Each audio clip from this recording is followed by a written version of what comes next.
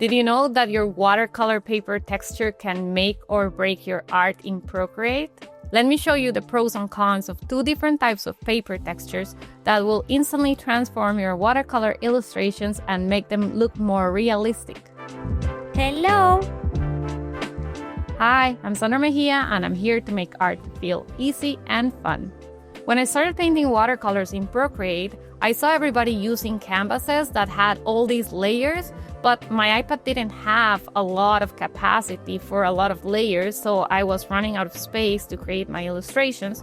So I came up with a different way, and I started using one layer by using my watercolor paper texture brush on it, and that solved that problem. But there are pros and cons to using both types of watercolor paper textures in your artwork. So let me show you the difference between these two approaches and what I think are the pros and cons of each. So the first type of paper texture you can add is when you add a watercolor canvas, and you've probably seen these files come included with Procreate brushes, or they're also sold on their own, and they're basically a Procreate file that has been pre-made, and when you open the layers, it has a group of layers here at the top that will create that watercolor paper texture and will add some other textures to the illustration. So the problem with these ones is that they have too many layers. As I was saying, some iPads can't handle too many layers in Procreate, so you are limited by the number of layers that your canvas pack has because you have to create your illustration underneath. So that is one of the cons that I've seen. So that's why I came up with a different approach, and I'm going to show you the cons of that one and the pros of both. So that is one type, and the other type of thing is that you create your own file, whatever size you want, and then you use a paper texture brush like the one that comes included with my watercolor brush set. It's free if you sign up to my newsletter. I'll leave the links in the description. So with this brush, what you have to do is just choose a color. I'm going to choose like a light brown, and I'm going to just paint the whole canvas without lifting my pencil. I'm going to do it twice so you can see the texture much more. And then you set this layer to linear burn so that whatever you paint underneath will have that texture applied to it. So see, this is the paper texture, and that only uses one layer. So if you're pressed for layers, this is a great approach. Let me show you with some examples. In this file, I have both of the textures here. Here's the canvas back, and here is just using a brush. So that's one layer. And I'm going to show you with a pre-made illustration the difference. So you'll see here, I hope you can see that in the video, you'll see here that the texture is ingrained on the illustration on both sides, and both sides are very similar because the paper that I actually used to create both is the same. But you'll see that this one is a bit grayer. It always happens when you use a brush that you can't get it to be so bright white. So if that's something you like, maybe a paper canvas is much better for you. The other thing is that when you turn off your canvas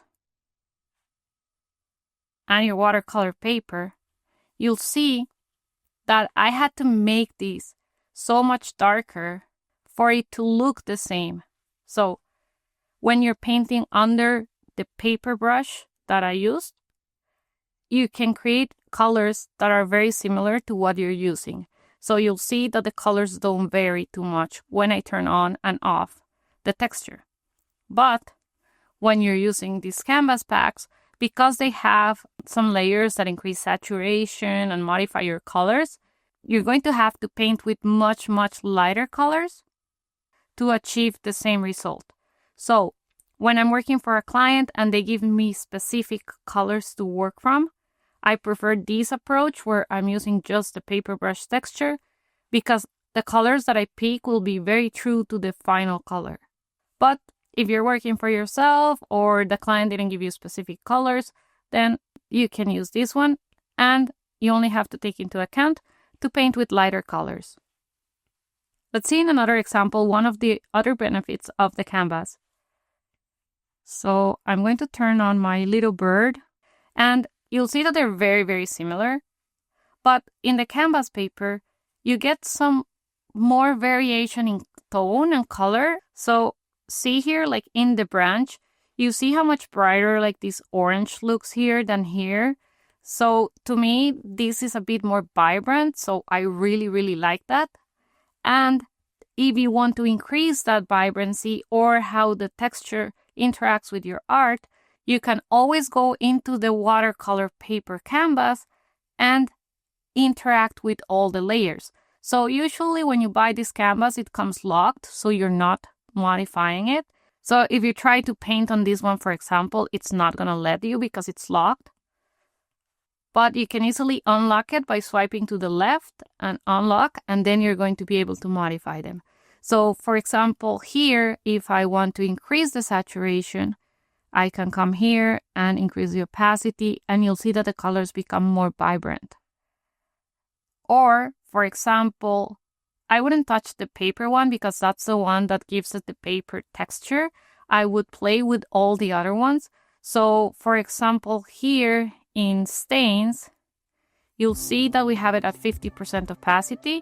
If I make it darker, you'll see that it also becomes more vibrant. But you can also start playing with the blending modes. And see there, you'll see like linear burn. You'll see that it's like kind of a watercolor paper stain. So that looks ugly. But if you start moving around, you might find something that you like and works well with your art.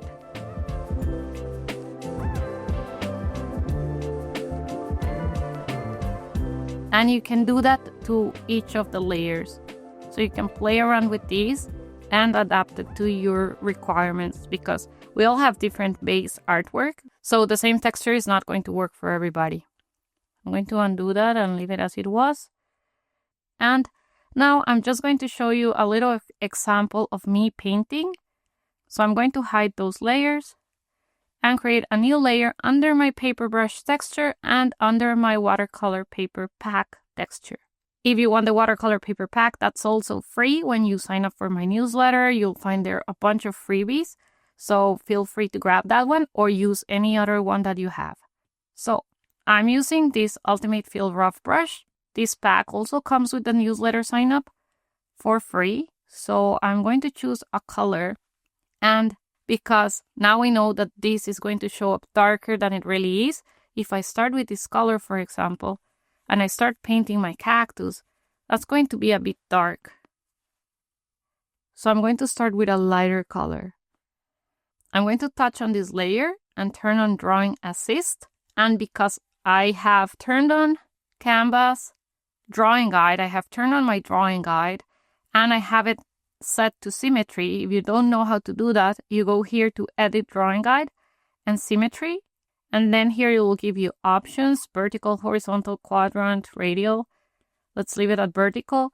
So now, because I have that turned on, and because this layer is assisted, so it has Drawing Assist on, everything I paint here will be reflected here. So I'm going to choose a lighter color for my cactus and start with that. And with these brushes, the harder you press, the darker the color gets, like you get more color. And see here, I'm pressing softly, so I'm like blending the edges and getting a lighter color in the middle. You'll see here that it looks a bit lifeless because it's not so saturated and it's lighter. So let's make a very simple cactus here. And I'm going to use my water blend brush to soften these edges a bit. So now let's choose the brush again, the one that paints, Ultimate Feel Rough, and choose this darker green. And we can add some shadows here. I'm doing this really fast just to show you the difference of painting on both of these. It's not going to be a spectacular illustration. I'm just going to add a bit of shadows just so you can see the variation in color also at the end when we remove the textures. So let's say we want some little flowers, so I'm going to go with this light pink. I'm going to add some flowers here. And I am going to grab some very light pink and add some cheeks to it and some black and give it a face. Great, now it has more personality. And now I'm going to grab the super dark green and make my brush a bit smaller and just add some details. I'm pressing harder and then softer in some areas.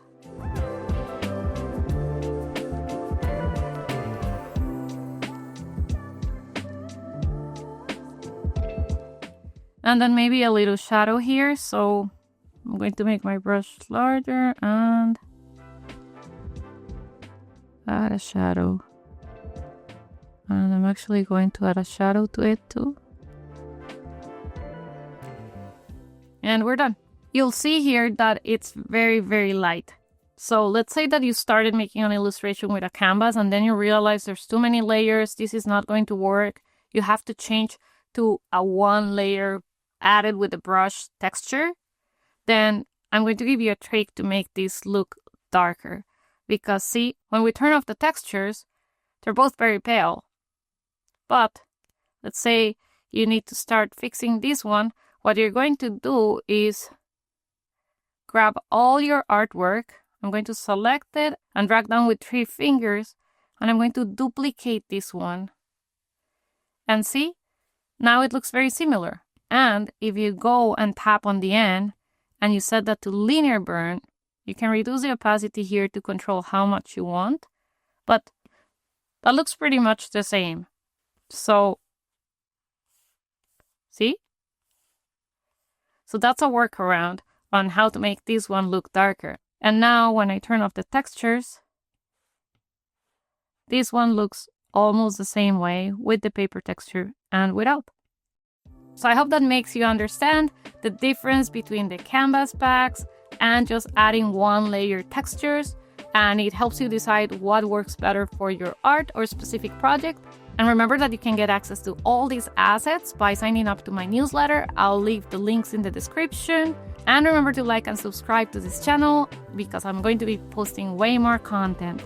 See you soon. Bye.